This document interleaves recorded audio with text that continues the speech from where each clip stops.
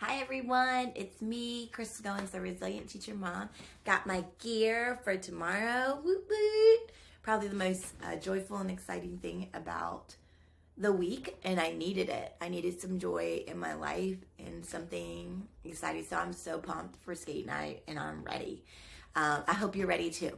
So I am doing my last plug for We Don't Teach Alone, Teachers as Partners. Have it over my PJs, but it has this is what the t-shirt looks like. Teachers as Partners, and this network is so important to me, especially in a time where my community, which I love, it's my Chesapeake community.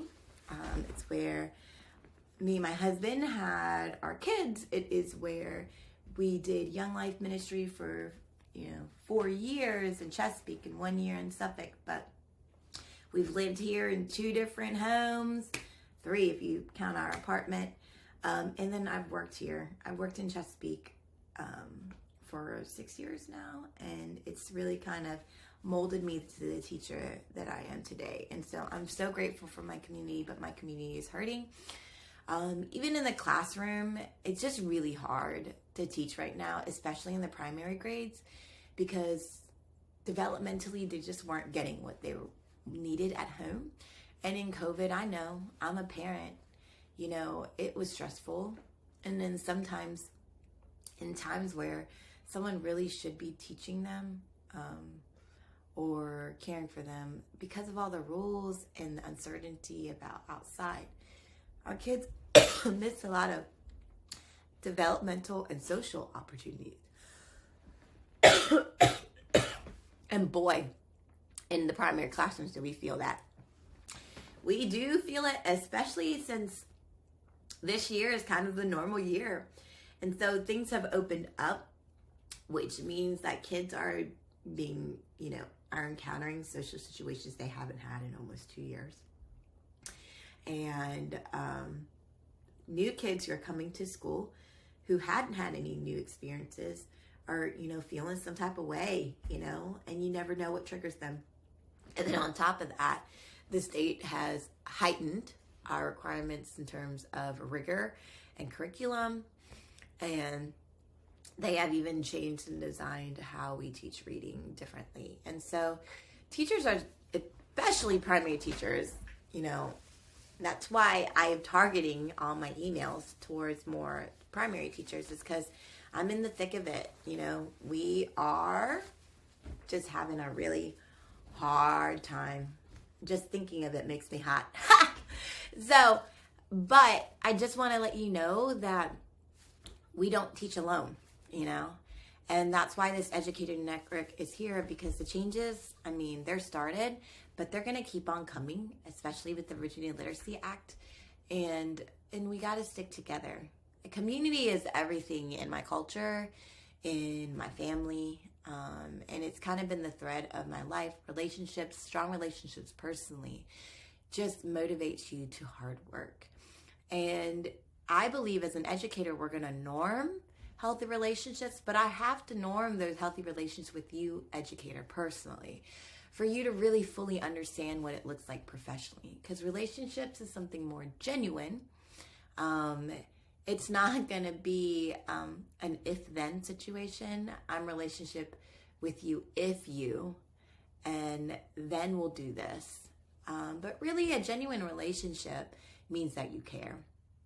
And if you don't care about yourself and you're not taking care of yourself, that's going to be hard for you to fathom, because you're doing the work and you're going to wonder, why can't my student do the work too? Because, I don't have time for that for myself. But it's a little kid, they don't have that yet. And then the other thing about the boundaries of the job, for decades, the whole time, they have made this persona that teaching is a job that you need to kind of burn out and give your whole life to, and actually fed into that lie. My first, 5 years of teaching, until I got married, where I realized that I had no time for my husband, but that was a personal choice. And I think I've watched enough movies like Ron Clark. I loved him growing up, but I never saw him in a relationship while he was doing great things. And then when I watched Freedom Writer, which was my favorite movie when I was studying to be a teacher, the main scenes at home was the fact that she was going through a divorce. And even when I spoke to her, the recent speaker, one of the hardest years he went through was his 4th year teaching because he was going through a divorce. And so I think somewhere in the back of my head, I chose teaching, and I just thought, well, if I make this choice, it was just a sacrifice I had to make that, it may not work out. And then when my husband and I wanted to work things out, I decided to choose him first, which is the whole reason why. Well, I took some time off because I wanted to show my husband that he was first. And then I needed to realign what my priorities were. And then when I end up spending that 4 years off, I'm kind of a worker bee, which most people know. I'm like, I don't know. I just love to keep busy. I love to learn. And so I joined a Bible study, volunteered for my church, ended up planning a women's retreat for them and Bible study, but then got into ministry with my husband. We did that together. We did that for 4 years. And then I had mentioned in my last video that I became an advisor for my sorority. So I had been doing that online, but then I had picked up a position as a province director where I was managing a couple different universities at the same time, long distance, and their advisory boards and their chapter councils. So the student leaders and the advisors. So I went from an advisor to managing a portion of my region, and their advisors and their student leaders, while I was staying at home, and I ended up getting pregnant, so I had 2 kids. But that stage of life, when I stayed at home, I guess that's my relationship breeding ground.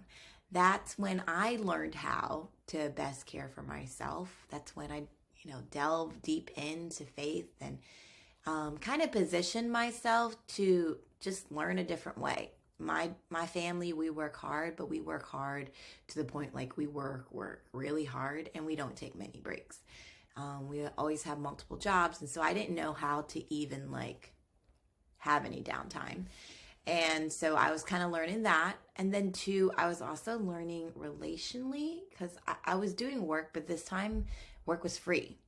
And so when you volunteer, it's not like a paid job, because you really have to have your heart into it to actually do it. And you have more freedom in your work to do it your way because you're volunteering. You give as much time as you want to give. And for me, I loved that work. I loved, pouring into my teenagers' lives. We loved hosting at our house. I mean, to this day, I'm in relationship with many leaders in Young Life people and Young Life students that I led, and I love following their life, but they know that I love them well, and they were a big part of mine. And then I saw something more professional. So the province director job was more professional in terms where I had to build more professional relationships with those women, long distance.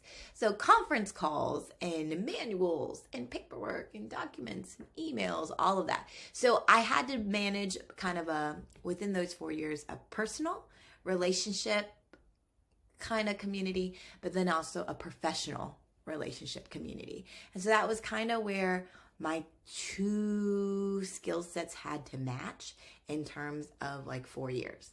And then I entered the classroom. It changed me completely when I entered the classroom, because now I had this relational skill set, both in a professional realm, but also a personal realm. So the first thing that, I changed was my classroom management style.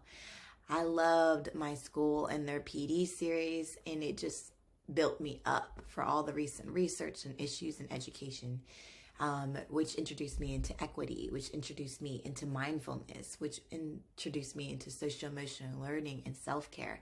And I incorporated all of those supports into my repertoire, but it never lost its lens of relationships come first. And so I've been doing that for 6 years now. And last year it was fight or flight in terms of staying in the classroom. And a couple of times I had to flight, like I resigned twice. The first time is my son we got quarantined in the first day of kindergarten.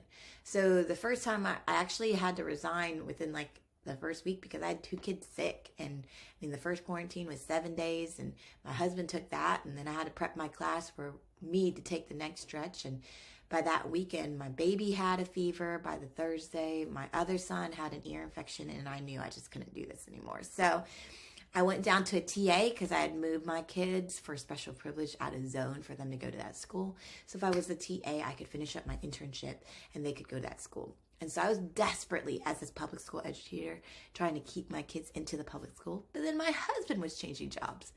And there was a discrepancy because I didn't have any before or after school care. And I was commuting to my job that was out of my area. And so we looked into private school, and private school was our saving grace, but that also meant a lot more money. So I couldn't just stay at TA. I had to go back to teaching and I had to move to a different school closer to where I lived in their public or private school so that I could make it to before care and then pick them up after aftercare. And at the same time, if someone got sick, I'd be at least in the vicinity of my home where I could do pick up and drop off. I know all the logistics. I get it. It's very complicated, but it's the story of my life. And so with that, I had my experience of fight or flight. But even in that year, I had to ask myself, am I going to fight for this job? Am I going to fight to stay in school? Because I had a scholarship going to school, and that's why it was my only saving grace to actually staying in school in that degree. And I still did really well. But I chose to fight. And how I chose to fight was to use my partnership classroom management approach to declare to myself relationships come first always, and I'll do whatever I have to do through the 5 quarantines my family went through total last year. And then on top of it, I used the research. The stuff that I was learning in school, I used it and I innovated in my classroom. And I continued to do that. And I can't tell you how streamlined and confident I am with my systems. And that is what I want to share. I think educators, we learn well from other educators, but we have to be very careful on who we learn from. Because some of those things that we do with our time aren't going to be very beneficial in terms of having relationships with our community, ourselves, and good boundaries with the job. I need to do this job in a way that lets me be my own person outside of work. I can take a percentage of work home, but the work that I take home, I need to be able to leave. If I don't get it done, it's okay. I need to know that I'm okay. And then 2, the systems I have in place, because I don't know what I'm gonna encounter in the day, I need them to be routine. Like I don't need to guess or figure out them. The systems I have in place need to support me as an educator. And so there are some things I do in the classroom, which I'll share if you're willing to be joining my Teachers as Partners. I'll share in my trainings. I'll share in my monthly newsletter that is only for members. After this skate night, I'm going to be releasing out a monthly membership. Well, really, it's just like if you join your Spirit Morale Committee. But I'm going to lift you up with some good training and some encouraging work that will only lead you to better relationships personally and professionally. But I'll explain more, but I'll have a fee that very minimal. It won't always be that way, but we're starting off and I'm really excited about it. But at Skate Night, I'll reveal more about how much it will cost, but I'll do a monthly newsletter, which will reveal, trainings, which will reveal community partners, which will reveal little tips and tricks I've learned to take care of the 3 relationships that are important to manage this educator life, which is relationship with self, relationship with the job, and relationship with the community. Yes, some people in terms of relationships also forget that as a public school, we are in relationship with the community. As a human who has a life outside of school, We are in community with other people, whether it be your church, your spouse, your kids. We cannot forget the rest of our community just because we have this job. It is a job per se, and it's an important one. But the relationships we have in the classroom, we also need to unplug so that we can notice the relationship we have in the community. And we can be a community partner and a community citizen, just like everybody else. So follow me if you want to learn more. I hope to see you in the room, Chesapeake, if you live in Chesapeake or you're a Hampton Roads educator.